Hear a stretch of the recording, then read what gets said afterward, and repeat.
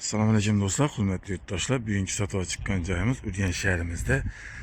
Mumtaz Soyxananın yanındayız yurttaşlar. 170 kvadrat metre bulgan iki cayımız satığa çıktı. Bir kavatlı yurttaşlar plus garajınam ege götürüyorlardı.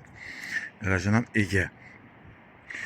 Belirlenen iş yerlerinden ses yerlerini daşlanıp döküp verirler. İş yerleri sitesi kılıngan.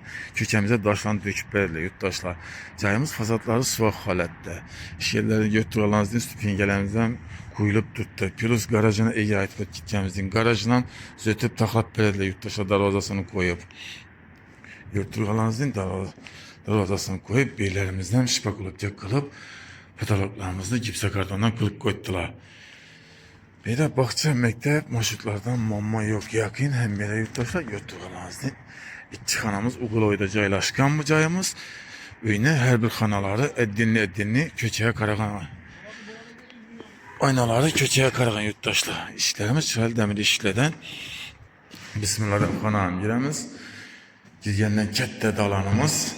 Yurttaşlar hamma narsasi qilinib beradi. To'liq shpakulakka holatda qolib, qolgan narsalarni qilib beradi. Girgandan dalanımız hem yeri tahta pol kılıngan yurttaşlar. Dalanımızdan 10 metre 3'ü 40, 3'ü 50 bah.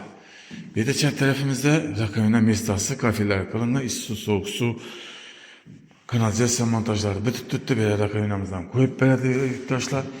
On tarafta zalımız buladı. Bu taraf giriş eşkimiz buladı.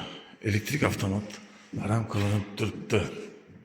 Tolka cayımızı şipakulak yakalatta kılıp, rakabine vannalarını zütüp verdi. Her bir xanamız dinli köçeye qaragan aynalar yurttaşlar.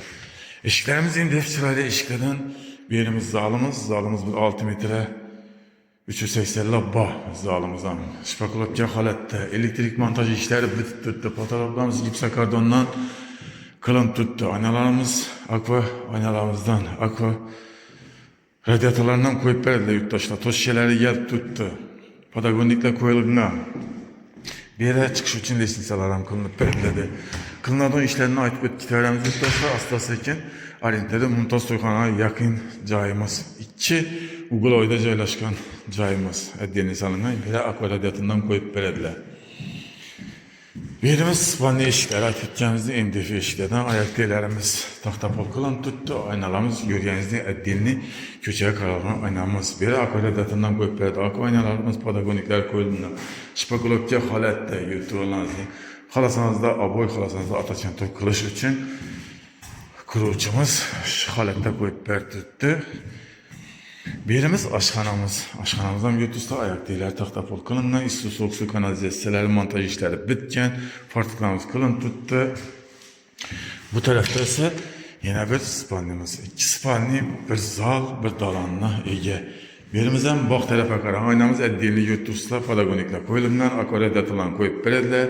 Ayak deylərimiz taxta pol kılıngan, divarlarımız şipakulak yakılınıp, patologumuz gipsa karton kılınıp tuttu. Elektrik montaj işlerini bitip tuttu.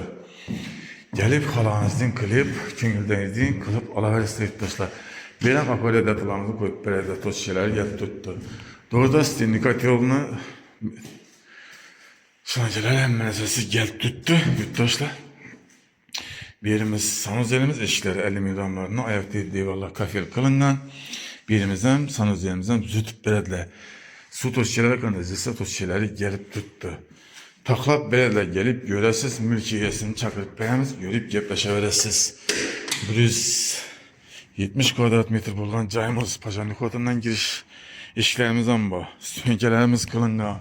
Bu tarafımızdan normal halatda mesta kaldırılgan, zilonli zonasam kaldırılgan, letni hacatxanasam bu götürüyorlarınızdan proxotlarınızdan seçkilerini kılıp koydular. Cayımız çaylı mommasız cayımız götürüyorlarınızdan. Gelip göresiz mülkiyesi bilen gepleştiğimiz halanızı etip taklap verdiler. Halasanız remont et deseniz remont etip verdiler üstüne koşunca koşuladı yurttaşlar. Narxına yaratırsak narxı yurttaşlar 550 milyon so'm. Arintemiz Mumtaz Soyxananın yanına 170 kvadrat metre bolgan bir kavatli plus garajına ege joyimiz. Kimde kim şimdi icra kadar bilgan olsa bemalol ekranda nomerimizni qoldiramiz. Bemalol telefon qilib gelip görüşleriniz mümkün. Sağ olun, selamet olun.